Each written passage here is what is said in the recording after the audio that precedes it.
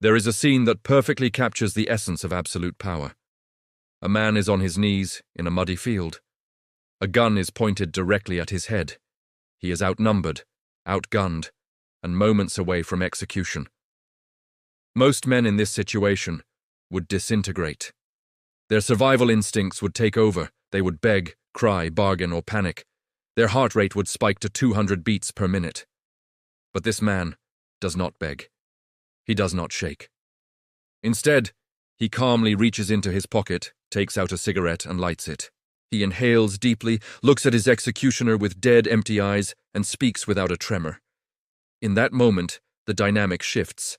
The man with the gun becomes afraid of the man on his knees. This is Thomas Shelby. Today, we are analyzing the psychology of the Peaky Blinders. We are not interested in the fiction, we are interested in the mechanism. Thomas Shelby represents a specific psychological archetype known as the high-functioning sociopath, or the cold empath. In a world of chaos, screaming, and emotional reaction, he wins because he is the only one who does not react. He masters the art of non-reactivity.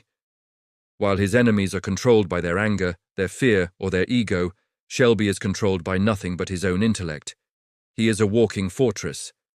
We will dissect the 4 pillars of his mindset: his relationship with death, his weaponization of silence, his verbal dominance, and how you can apply the Shelby calm in the modern world. To understand his power, you must first understand his trauma. Shelby is a veteran of World War I. He spent years in the tunnels of France, surrounded by death. Psychologically, this created a phenomenon called post-traumatic growth, twisted into nihilism. Shelby believes he died in France. Everything that happens after the war is just extra. This is the core of his invincibility. Most people move through life driven by the fear of losing their job, their reputation, their money, or their safety. This fear makes them weak. It makes them hesitate. It makes them compliant. Shelby has no fear of losing because, in his mind, he has already lost everything. When you remove the fear of consequences, you gain absolute freedom of action. You can take risks that paralyze others because, to you, the worst has already happened. This is what the Stoics called memento mori, the meditation on death. But Shelby takes it to the extreme. He operates with the dead man's switch. If you threaten a man who values his life, you have power over him. If you threaten a man who considers himself already dead, you have no leverage.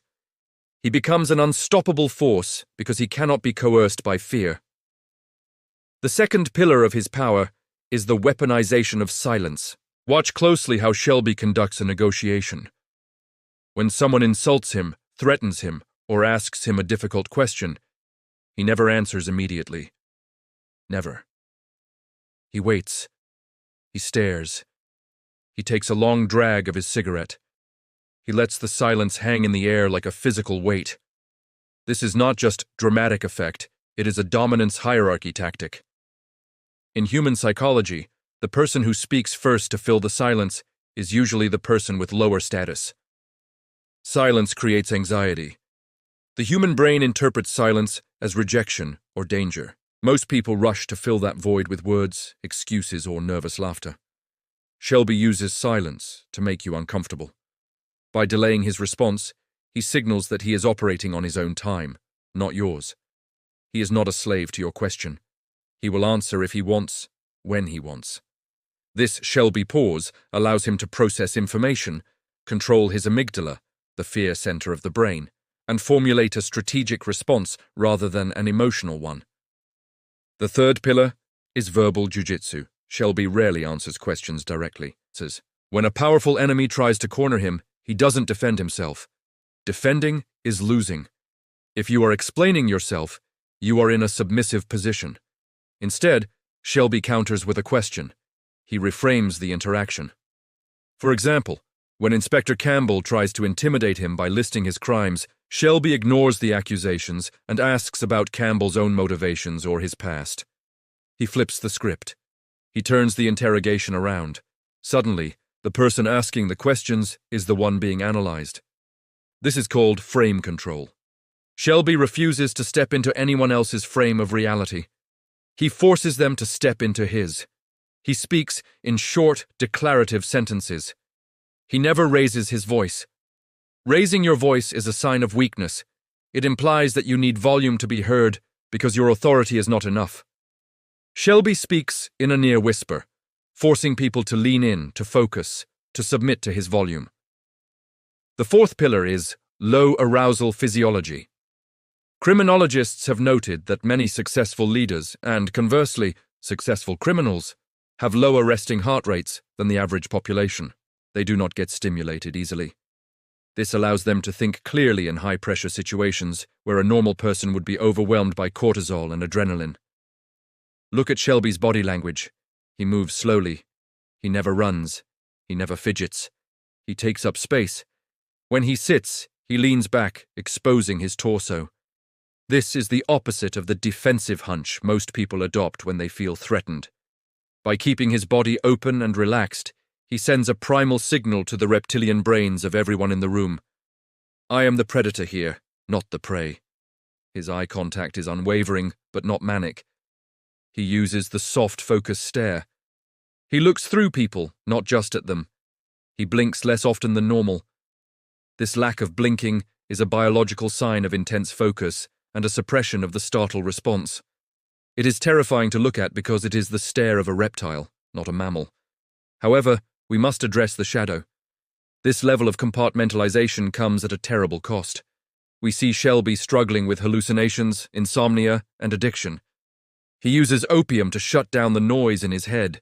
You cannot suppress your humanity forever without it biting back. He is efficient, but he is not happy. He is a machine built for war, struggling to live in peace. But for the purpose of acquiring power, his ability to detach is his superpower. He treats his life like a game of chess. If a pawn must be sacrificed to save the king, he sacrifices it. He does not cry over the pawn. He feels the pain, locks it in a box, and buries it. So, how do you apply the Shelby mindset to your reality without destroying your soul? You do not need to be a gangster in 1920s Birmingham to use these tools. The modern world is a different kind of battlefield, but the psychology remains the same. First, practice the 3-second rule. Tomorrow, when someone asks you a question, especially a stressful one, force yourself to wait 3 seconds before speaking. Count them in your head, 1, 2, 3. Maintain eye contact. Do not nod, do not smile nervously, just wait. You will feel the urge to speak immediately to relieve the tension. Fight that urge. This brief pause kills the reactive, people-pleasing instinct. It gives you authority. It makes you look thoughtful and dangerous. Second, remove the apologetic tone from your voice. Most people end their sentences with a rising inflection, making statements sound like questions. I think we should do this? Shelby ends sentences with a downward inflection. We will do this. It is final. It is a command. Stop saying I'm sorry for things that are not your fault. Stop saying I just wanted to ask. State your business clearly and then stop talking. Third, master the art of strategic questions. When someone attacks you verbally, do not defend. Ask them, why are you saying that? Or, what is your goal here? Force them to explain their aggression. By making them explain, you neutralize their attack. You take the high ground. Fourth, adopt the soldier's mindset. Shelby views every interaction as a mission. He prepares. He gathers intelligence on his enemies before he meets them. He knows their secrets, their weaknesses, and their desires.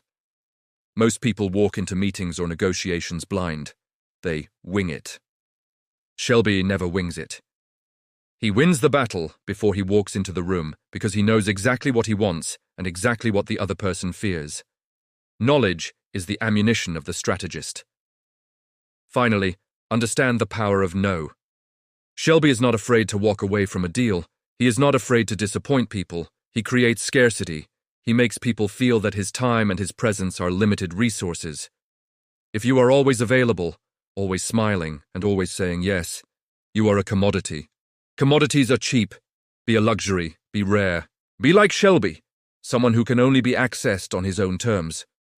We live in a world that is addicted to outrage, noise, and speed. Social media trains you to react instantly to everything. It trains you to be emotional, loud, and fragile. To separate yourself from the herd, you must do the opposite. You must become the eye of the storm. You must be the one point of stillness in a spinning world. When everyone else is panicking, be the man who lights the cigarette. Be the man who pauses. Be the man who thinks. Power does not belong to the loudest voice in the room. It belongs to the one who controls the chaos. And to control the chaos, you must first control yourself. This is the psychology of calm. This is the way of the Peaky Blinder.